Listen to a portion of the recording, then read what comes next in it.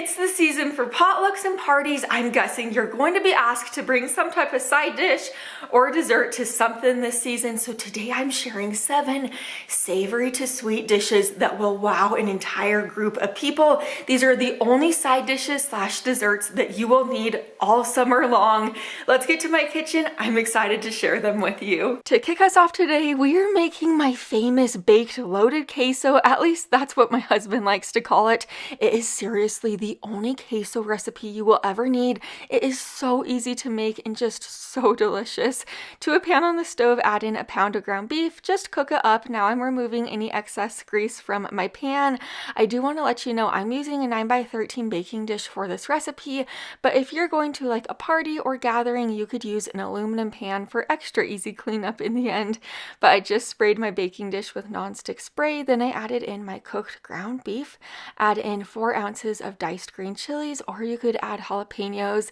Either of those just give this great flavor. Then I added in a 10-ounce can of diced tomatoes with green chilies. It's basically like a can of Rotel. 8 ounces of cubed cream cheese, 2 tablespoons of taco seasoning. Next, add in 2 cups of shredded Mexican style cheese. All this just gets thrown into your baking dish. Like I said, this recipe is easy, but it is oh so good. Give this a really good stir after you add in 8 ounces of cubed Velveeta cheese, and then you're going to bake this in a preheated oven to 375 degrees. You'll bake it for about 15 to 20 minutes. You basically want that cheese to get super melty and like ooey gooey.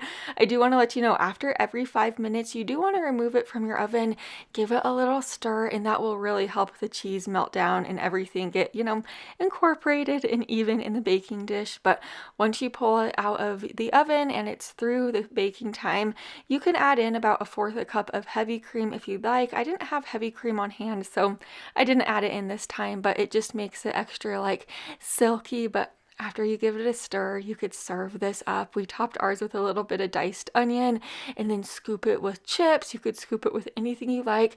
You have to try this queso recipe at least once. It is unbelievable. Now we're getting started on my red, white, and blue cheesecake fruit salad. This one is a total dream. You can make it for like a side dish at a party, or you could bring it as a dessert. It's just delicious. To a bowl, add in your Cool Whip, then add in your cheesecake pudding mix. I found the cheesecake pudding mix is my favorite, but you could use like any flavor pudding mix if you'd like. Next, add in your yogurt. I'm using normal strawberry yogurt, but you could use Greek yogurt. You could use like vanilla Greek yogurt, any type. This recipe is very versatile. Then you're going to add in a teaspoon of vanilla extract. Give this a super duper good stir, and then you're going to let this sit in your fridge for about an hour. You want it to get set up. Also, I do want to let you know this recipe is on page 45 in my cookbook. You'll find it in the sides and appetizers section. I do have some cookbooks available right now, and I do have over 100 of our favorite recipes in this cookbook. There's a colored photo for every single recipe. So yeah, anyway, now that it is through setting up in the fridge, I just added in my blueberries. Now I'm adding in my sliced strawberries. You could use any fruit. I just found that the blueberries and the strawberries work really well in this. They're just like super flavorsome, but you could use like chopped up pineapple. You could use sliced grapes. Really any fruit that you have on hand or that is in season will do. But this is the most delicious side dish or dessert. You absolutely have to try this one. I always get requests to make this whenever we're having a family barbecue when it's warmer outside. Now we're making my slow cooker baked potatoes, and I was so hesitant to share these baked potatoes with you just because the last time I shared them, a lot of people laughed at me here on the internet. But let me tell you, I just can't keep this recipe from you guys. I honestly make them all the time, and I know this might help one of you. So I just love batch making them in my slow cooker. You don't have to heat up your whole house with your oven. You don't have to stick a bunch in your microwave and have to watch your microwave and, check them every so often. Just throw a bunch of baked potatoes in your slow cooker, poke some holes in them. I like to add about 1/3 cup of water, tablespoon of olive oil, and a dash of garlic salt. Cook them on low for about 7 to 8 hours.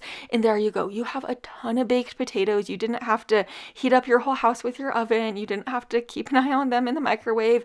It's seriously the best way to make a larger amount of baked potatoes. So if you're hosting for a larger amount of people and you want to make baked potatoes, I definitely recommend recommend this way. They come out super fluffy in the end.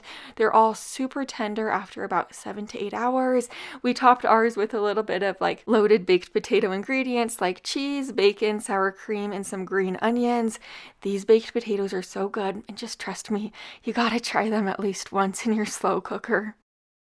Now we're making this Doritos taco pasta salad, and I'll be the first to admit, when I first thought about making this for the first time a while ago, probably about a year or two ago, I was very skeptical and I was thinking that I might not enjoy it very much. So just trust me on this one, it's amazing. Cook up about 16 ounces of rotini pasta. Now I'm breaking up a pound of ground beef. I cooked that ground beef through. Now I'm removing any excess grease from my ground meat. I'm just wiggling a paper towel around in there. I do want to let you know, if you don't want to use ground beef, you could use any meat substitute. You could use, if you'd like, chicken or ground turkey, any of that would work. Now I'm adding in my taco seasoning and my water. Give this a stir. You want your ground beef to completely cool down at this point, so I took it off the heat. But now that my rotini's cooked through, you do also want this to be completely cooled down, so I'm just rinsing the rotini to make it cool down faster. The reason why you want your ground meat and your rotini cooled down is just so it doesn't, make the veggies soft in the end. But now I am getting started on my veggies. I'm just cutting them up. I'm dicing about 2 Roma tomatoes. I did want to use some avocados, but my avocados were nowhere near ripe, so I'll set those to the side for now. But I sliced up some green onions and iceberg lettuce. Now put all your veggies into a large bowl. After you throw them into a large bowl, you're going to add in your cooked, cooled taco meat. Like I said before, just make sure your taco meat is cooled just so it doesn't wilt down your veggies.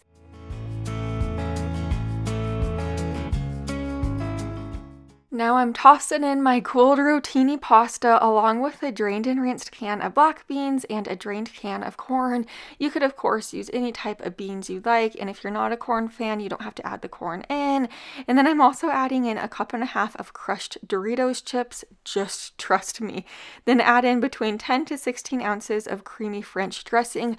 That French dressing with this recipe is just, it's just so good. I can't even explain it to you. It's rich. This is definitely my top 2 favorite pasta salads of all time. It's up there in my rankings just because it's so good. It's so flavorsome. It's definitely not like your average boring bland pasta salad. This one is bursting with so much flavor. The crunchiness from the chips just makes it out of this world. It's not a summer potluck or get together without coleslaw, so now we're making my classic coleslaw recipe. You'll find this one also in my cookbook. It's on page 50, but to a big bowl, add in 16 ounces of shredded coleslaw mix. It's just like the shredded cabbage and carrots. Next, add in a tablespoon of lemon juice, a tablespoon of sugar, and then a 1/2 cup of mayonnaise. You could always add in a little bit more mayonnaise if you'd like to after, you give it a little stir. But after that, add in a tablespoon of apple cider vinegar and then a dash of salt and pepper. Give this a super duper good stir. I do want to let you know, I've tried so many coleslaws. I've tried like fancy coleslaws when I'm like shredding the cabbage myself. I have tried so many different coleslaws, but this one's definitely our go-to favorite. It gets eaten up so fast at any gathering. People will be asking you for the recipe. It's simple but mighty. It's delicious. Now we're getting started on these Buster Bar ice cream cake bars. I don't even know what you want to call them. Seriously, top 2 favorite desserts of all time. So to a blender or like food processor, add in 16 Oreo cookies, crush the Oreo cookies up, and then you're going to add in 1/4 cup of melted butter. You could also just add the Oreos to like a Ziploc bag and crush them up with a rolling pin or like a spoon or really anything. But after you add that butter in, mix it, and then it is going to kind of get like crumbly like this, but like stick together. So grab an 8x8 baking dish. I'm lining mine with a little bit of parchment paper just so it's easier to pull out of the baking dish in the end. You certainly don't have to add the parchment paper to the bottom if you don't want to, but just press the Oreo mixture down. It's going to form a crust. Now grab your ice cream. I'm using about 5 cups of vanilla ice cream. You do want to make sure your ice cream softened just so you could actually like spread the ice cream out over the Oreo layer. So make make sure the ice cream's softened. You could really use any type of ice cream. I've just found that vanilla is our favorite for this recipe, but I'll stick this in the freezer now and I'm going to get started on my fudge layer. When I say this chocolate fudge is like nothing I've ever had before, I'm not just saying that. This fudge is unbelievable. So to a pot on the stove, add in 6 ounces of semi-sweet chocolate chips, 6 ounces of evaporated milk, 1/4 cup of butter, and 1 cup of powdered sugar. Whisk this until it is silky and smooth on a low simmer, and then you're going to let it completely cool down just on the side for about 2 hours, just because you don't want to pour it onto your ice cream cake and melt the ice cream. But now I'm just chopping up 1 cup of peanuts.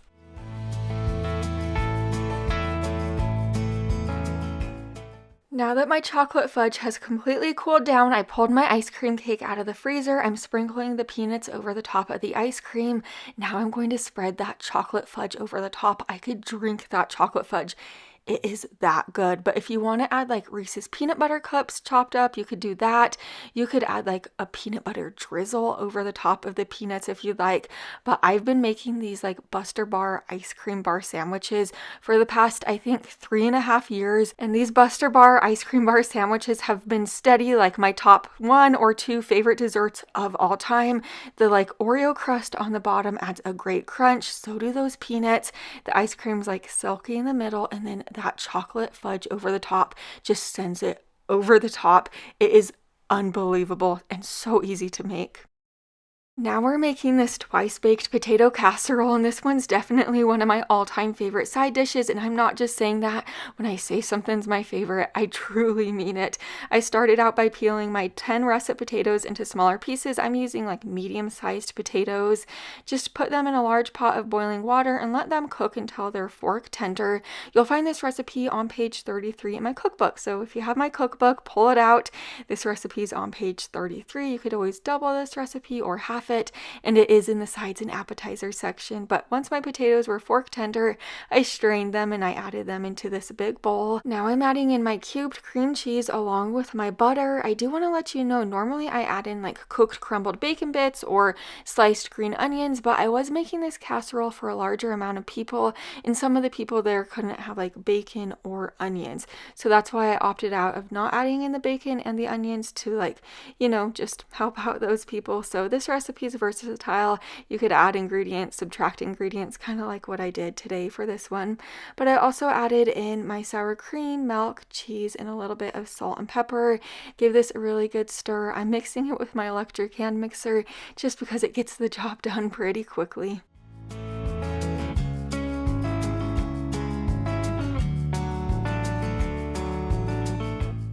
You'll notice it is just going to be so silky. Those potatoes are absolutely delicious. Place this into a large baking dish, and then over the top I'm sprinkling on a little bit more cheese and parsley. I did also sprinkle it with a dash more salt and pepper, but this is going into my oven to bake on 350 degrees for about 20 minutes.